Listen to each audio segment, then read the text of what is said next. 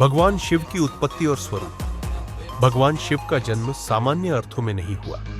वे स्वयंभू स्वतः प्रकट हुए माने जाते हैं। वे आदि योगी हैं जिन्होंने ब्रह्मांड के प्रारंभ में ध्यानस्थ होकर योग और ध्यान की परंपरा की नींव रखी। शिव का रूप बहुत ही अनोखा है। त्रिनेत्र, उनका तीसरा नेत्र ज्ञान और जागरूकता का प्रतीक है। जब वे तीसरा नेत्र खोलते हैं तब संहार होता है। गंगा, उनके जटाओं से गंगा नदी प्रवाहित होती है। चंद्रमा, उनके मस्तक पर अर्धचंद्र शीतलता और समय का प्रतीक है। नाग, उनके गले में वासुकी नाग है जो शक्ति और नियंत्रण का प्रतीक है। भस्म, राख, वे शरीर पर भस्म लगाते हैं जो वैराग्य का प्रतीक है। समुद्र मंथन और विषपान की कथा, जब देवताओं और असुरों ने मिलकर समुद्र मंथन किया तब उसमें से कई अद्भुत वस्तुएं निकली, किंतु एक अत्यंत विषैला पदार्थ भी निकला जिसे हलाहल विष कहा गया। वह विष इतना घातक था कि समस्त सृष्टि के विनाश का कारण बन सकता था। तब सभी देवता भगवान शिव के पास सहायता मांगने पहुंचे। भगवान शिव ने संसार की रक्षा हेतु उस विष को पेय कर लिया और उसे गले में ही रोक लिया, जिससे उनका कंठ नीला हो गया। इस कारण वे नीलकंठ कहलाए। पार्वती विवाह कथा।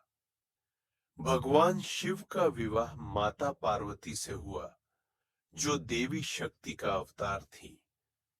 माता पार्वती ने भगवान शिव को पति रूप में प्राप्त करने हेतु घोर तपस्या की। उनकी भक्ति से प्रसन्न होकर शिव ने उन्हें पत्नी रूप में स्वीकार किया।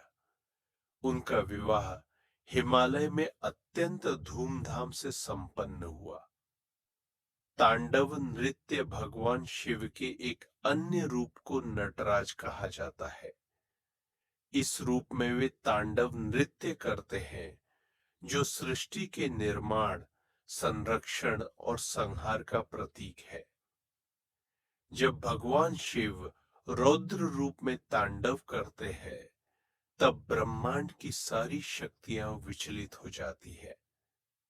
भगवान शिव की विशेषताएं। भगवान शिव को भोलेनाथ कहा जाता है क्योंकि वे अत्यंत सरल हृदय है और अपने भक्तों से शीघ्र प्रसन्न हो जाते हैं।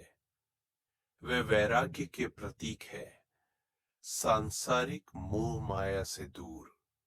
उनका वाहन नंदी बैल है, जो श्रद्धा, सेवा और समर्पण का प्रतीक है।